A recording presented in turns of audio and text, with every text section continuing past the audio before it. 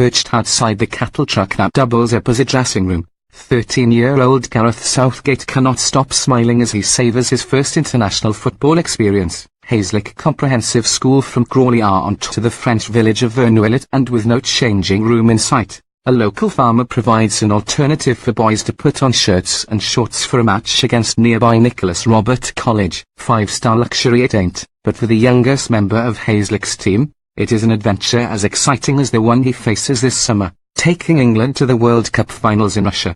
Gareth was the one everyone noticed and talked about. He was likeable, admired and considered in what he said, even as a young boy. Recalls David Palmer, the teacher in charge of the England manager's inaugural overseas trip. We had to borrow kit and there were no changing rooms, but he took everything on board, saw the funny side. He stood out both for his talent and the way he was off the pitch. He was an ambassador who got his first lesson in international relations when we were welcomed by the local mayor. Southgate grew up in Crawley from the age of 8. He gave a very nice speech. Before then, his family, parents Clive and Barbara, sister Michelle, moved around due to his father's job as a facilities manager at IBM. His first lesson in the rough and tumble of football came aged 3 when he chased a ball at home. From Clive, Southgate inherited stoicism. He never heard swearing at home, and sporting talent. Ran into a glass door and cut his head open. Dad was an athletics coach and ran his son's first Sunday league team, Crawley Traders, who held training sessions in a multi-story car park because it was well lit in winter. Gareth did a lot of athletics, says Palmer, who taught at the school for 38 years. He was county champion at triple jump and held the Hazelwick record for years. He was also one of the best 200-metre sprinters in the district. He was a fly half, which gives a clue to his football talent. He played basketball and rugby too. Southgate's head up was Steve Avory, now academy director at Charlton Athletic. I love to tell our boys about Gareth. That he was this well-spoken, polite young man who didn't appear to have a steely determination off the field, but was a hell of a competitor on it. At 14, Southgate missed a lot of football due to a condition called Osgood-Schlatter disease, which causes knee pain in growing adolescents. Yet, 2 years later, Crystal Palace offered him an apprenticeship. He was bright enough to do A-levels if he'd stayed on, stress Palmer, but he was pretty focused on what he wanted to do. Nobody at school tried to talk him out of following his dream. Crystal Palace's dressing room was full of characters, says Jeff Thomas, captain of their 1990 FA Cup final side. Ian Wright was bouncing off the walls, Andy Gray and I competed for everything. It wasn't a case of initiation but survival. Joining the streetwise band of brothers in the first team was Southgate's aspiration, but getting through the youth team and reserves was just as hard. Alan Smith, then youth team manager, says, the young players cleaned boots in cold water and usually had to shower in cold water after the boiler had been used up. Our training ground at Mitcham was a pretty dirty place. One toilet between 40 blokes. For away games, we'd cram 14 players in the kit into one minivan. The well-mannered Southgate, it was a culture shock. The banter could be harsh. A big turning point came at 16 when Smith felt he needed to dish out the mother of all rollickings, ending with a clear message: you have to F tough fine up. Otherwise, no F chance. It was left to senior pro Gary O'Reilly, who used to drop Gareth home after training, to pick up the pieces. Alan was very forthright, and Gareth was upset. I don't think anyone had spoken to him like that in his life, says O'Reilly, who now lives and works in New York. He was being tested and asked to prove that he had what it takes to make it. Despite the harsh words, Smith and Southgate remain close friends to this day. After 100 reserve team games, a breakthrough came in 1990 when Southgate and best pal Andy Woodman were named in Steve Coppell's FA Cup final squad to face Manchester United, though there were ulterior motives behind the decision. Gareth and Woody were our gophers, smiles Thomas. We had a players pool and they were the go-betweens with agent Eric Hall. He had Gareth hopping about doing all sorts. If we needed an umbrella or the right newspaper for a photo shoot, his job was to get it.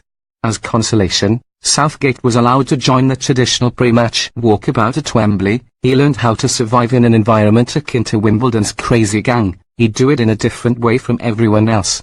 He used his humour, sharp enough to bat anyone back who gave him stick, adds Thomas. I remember all the players going to a nightclub called Bananas and I got involved in a fracas. I was splashed all over the papers while Gareth stayed out of it. He was much more sensible. We knew on the pitch if you ever needed him, he'd be there for you. But off it, he was a thinker, not a fighter. Coppell's team broke up. Thomas left after relegation in 1993 and Smith became manager and made a 22-year-old Southgate his captain. 2 years later, Southgate's own career would outgrow Selhurst Park. Crystal Palace was a beer pit really, he says. But what he learned would stay with him. But that doesn't mean you can't say hello to the tea laddie. Good management is taking the best bits from people you have worked with, and discarding the worst. One ceremony carried out by his Aston Villa boss John Gregory will definitely not be repeated by Southgate in Russia. John would join in our warm-ups before matches wearing the captain's armband. Then back in the dressing room he'd place it on Gareth's arm in front of the other lads, reveals Villa teammate Steve Watson. I don't think we'll be seeing the same kind of thing between Gareth and Harry Kane. The year of 1996 was pivotal for Southgate. He got engaged to Alison, won his first major trophy at Villa, the League Cup, and became an established international, only for a missed semi-final penalty against Germany at Euro 96 to make him an unwanted news sensation. Though Southgate tried to use humour, the wedding's still on, she's not kicked me out over this, he said. His mum was so upset by the tone of coverage she has never done a media interview since. But at Villa, Southgate's style of leadership began to mark him out as management material. He was like your parents. You'd prefer them to give you a kick up the backside than give a disapproving look, because you respected them so much, said Watson. Meticulous in training but not a barker like a Roy Keane, he was skip. Villa had a ruthless guard school with Mark Draper, David James, Mark Bosnich and Julian Joachim. I wandered over as the newbie and heard Gareth tell me, "Are you sure?" He was right. They were heavy games, not for the faint-hearted. I only did the one session. Gareth looked after me. In 1999. I wanted to get back early from a club jolly in Magaluf to watch Newcastle in the cup final. I'd had a few heavy nights and wasn't in the best shape, so Gareth and Diogo Ehayag came back to babysit me on the plane and made sure I got to Wembley. Southgate hung up his boots at Middlesbrough in 2006 to become a manager, having won 2 League Cups and 57 England caps. Glenn Hoddle, who took him to the 1998 World Cup, was a big fan of playing a back three, which Southgate is likely to use this summer. He felt he could be exposed being dragged out wide against pace, says Hoddle. Gareth was initially happiest in the centre.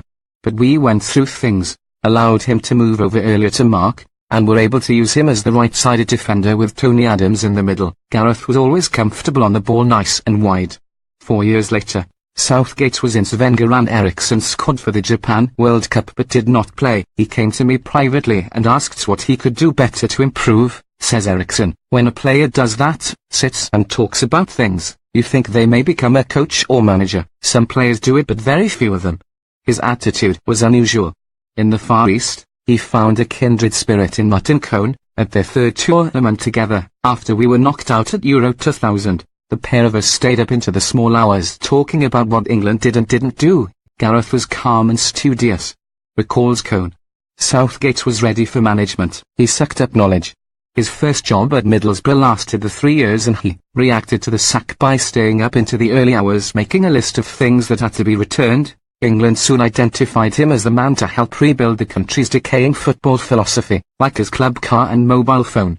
In 2013, he took over the under-21s and 3 years later landed the biggest job of all. Plenty of new friends have been made during Southgate's career, but it is striking how old ones have remained. Not always the case in football. Local Crystal Palace reporter Mark Demuth, who met Southgate in 1991, went on to enjoy his own successful career as a senior executive for ITV Sport and in a neat twist hired Southgate as pundit in 2012. Gareth is as approachable now as when he made his Palace debut, says Demuth. He makes a point of spending time with the production team, getting to know their names and what their roles are. Southgate and Woodman wrote a joint autobiography in 2004 entitled Woody and Nord, a reference to Southgate's nickname chosen by Palace coach Wally Downes, who thought he sounded like TV presenter Dennis Norden. Gareth used words we couldn't understand and wore clothes we wouldn't have been buried in, wrote Woodman in a way only close friends can get away with.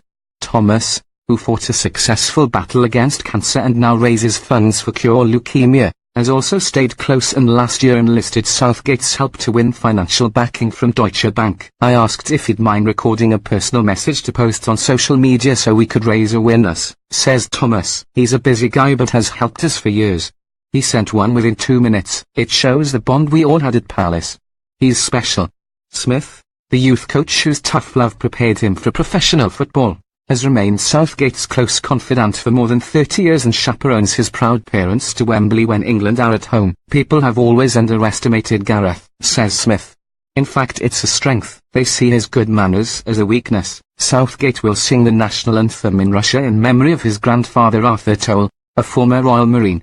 He doesn't forget his roots. Michael Owen's solo goal against Argentina, aged 18, had a profound effect on watching teammate Southgate, who has never lost the conviction that young English players are as gifted as anyone given the right encouragement and coaching. The squad he has selected for this World Cup reflects that. It can't be genetic, says Southgate. Away from senior football for 7 years after being sacked by Middlesbrough, he studied the game at every level. That included watching son Flynn play for junior teams in Harrogate, beginning with the Beckwithshire under-7s. He was known to make bacon sandwiches and sell cups of tea to help out. The FA appointed him to work alongside Sir Trevor Brooking in 2011 on a youth development review. The following year, however, Southgate left the organisation, frustrated by a lack of support from Premier League clubs. He was especially upset by the under-20s having to go to the World Cup without 30 players from his age group. A lot of those guys were wanted by their clubs for pre-season tours, covering for foreign players who had played for their country over the summer. It was incredible and bad for the English national team, says Southgate. Perhaps this ruthlessness helped him call time on Wayne Rooney's England career and leave Joe Hart out of his World Cup squad in favour of 3 rookies. Now, he faces his biggest challenge yet.